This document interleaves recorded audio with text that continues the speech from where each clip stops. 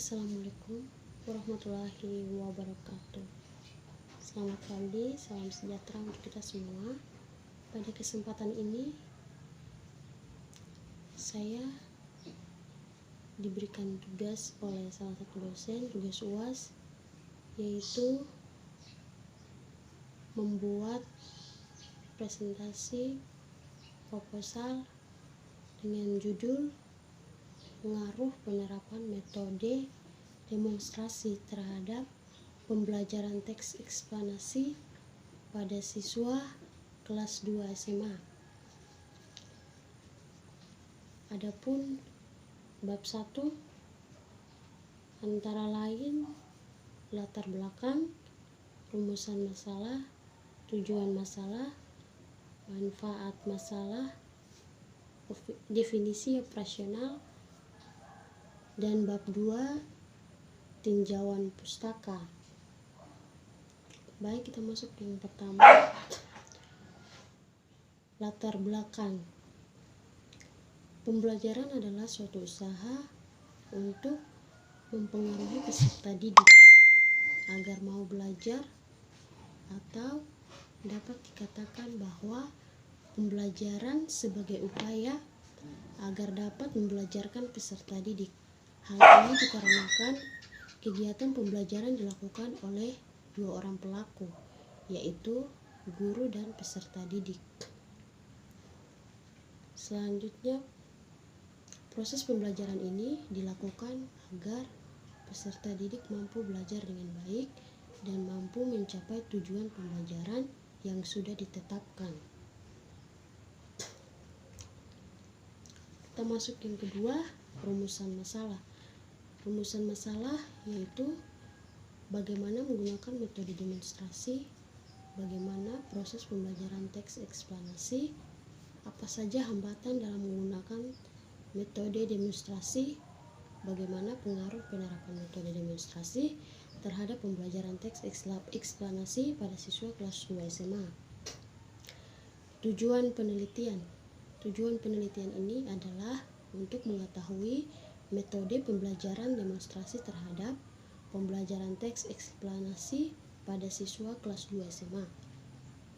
Manfaat penelitian sebagai berikut. Yang pertama, manfaat penelitian agar siswa kelas 2 SMA dapat mengerti tentang metode demonstrasi. Kedua, agar siswa kelas 2 SMA dapat mengetahui hal-hal apa saja yang menjadi hambatan dalam metode demonstrasi. Yang ketiga, agar penerapan metode dan teks eksplanasi ini dapat dipahami oleh siswa kelas 2 SMA. Keempat, agar mempermudah siswa dalam belajar teks eksplanasi dengan menggunakan metode demonstrasi dengan baik dan benar. Yang berikut, definisi operasional. Metode demonstrasi adalah cara penyajian bahan pelajaran dengan memperagakan atau mempertunjukkan kepada siswa suatu proses, situasi, atau benda tertentu yang sedang dipelajari, baik sebenarnya ataupun tiruan yang disertai dengan penjelasan dalam pendapat Nunuk 2012.60. Teks eksplanasi adalah teks yang menjelaskan proses terjadinya atau terbentuknya suatu fenomena alam atau sosial. Materi pembelajaran teks eksplanasi tergolong materi baru, kurikulum 2013, sehingga banyak kesulitan yang ditemui dalam proses pembelajaran tersebut. Bab 2, tinjauan pustaka. Secara umum, teks eksplanasi adalah jenis teks yang isinya mengenai proses mengapa serta bagaimana terjadinya sebuah peristiwa alam, ilmu pengetahuan, budaya, sosial, dan lainnya. Sebuah kejadian yang terjadi di lingkungan selalu memiliki hubungan sebab akibat serta proses.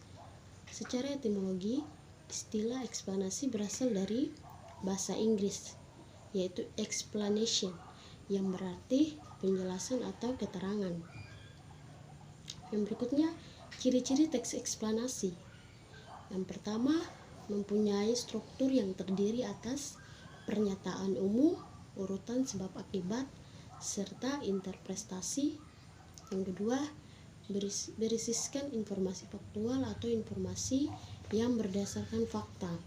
Ketiga, informasi faktual yang dimaksud adalah informasi yang bersifat keilmuan atau ilmiah, atau contohnya sains. Yang keempat, bersifat informatif. Yang kelima, tidak berusaha dalam mempengaruhi pembaca supaya pembaca mengetahui hal apa saja yang akan dibahas. Yang berikutnya, jenis-jenis teks eksplanasi. Secara umum, teks eksplanasi terbagi menjadi dua jenis yang berbeda, antara lain teks eksplanasi tentang alam dan yang kedua teks eksplanasi tentang sosial lingkungan.